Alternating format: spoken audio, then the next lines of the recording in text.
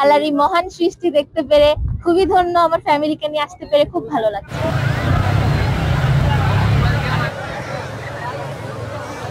আজকে যেভাবে টিভিতে নিউজ দেখছিল অনেক ভিড় থাকবে, বাট এখন হয়তো সকাল রোদ, এর জন্য ভিড়টা একটু কম।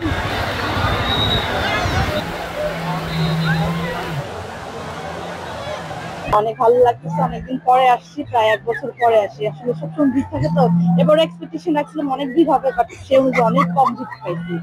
অনেক ভালো লাগছে, আর বাচ্চাদের নিয়ে ওরা বেশি এনজয় করতে পারে, ওদের নিয়ে আরো বেশি ভালো লাগছে।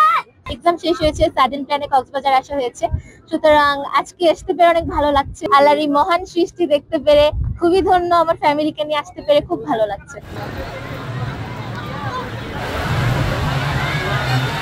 আমি এর আগে কক্সবাজার অনেকবার এসেছি, বাট আমার ওয়াইফাই আমি সব প্রথমে আসলাম হানিমুন। বাট এর আগে ও কখনো আসে নাই, আর ও একটা কোথাও যায় না। বিয়ে হওয়ার পরে আমার সাথে প্রথমে আসছে। তো পরিবেশ অনেক সুন্দর, অনেক লোকজন হয়েছে, আর ভালোই লাগছে। পরিবেশ অনেক সুন্দর, কোন শৃঙ্খল নাই, কোন গ্যাঞ্জাম নাই, কিছু নাই। খুব সুন্দর পরিবেশ, আমি এনজয় করতেছি।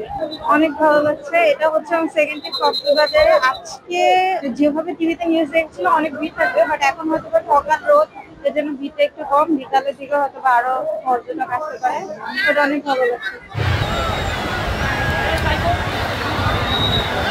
সবসময় ভালো লাগে, তবে এখানে দিন দিন মানে পরিবেশটার অবনতি ঘটতেছে, যেরকম প্লাস্টিকের আবর্জনাগুলো চারপাশে ছড়িয়ে আছে, এবং আমার মনে হয় সরকারের এটি মানে গুরুত্ব সহকারে একটু দেখা উচিত বিষয়টা, এবং নিশ্চিত করা উচিত যাতে এখানে মানুষ এইভাবে যে কোনো জায়গায় ময়লা না ফেলে, এবং এখানে পরিবেশটা সুন্দর রাখে।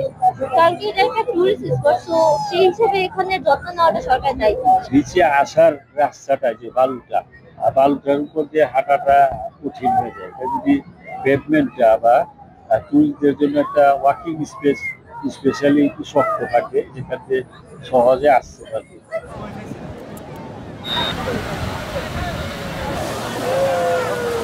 কক্সবাজারটা আসলে একটা ভালো লাগারই জায়গা।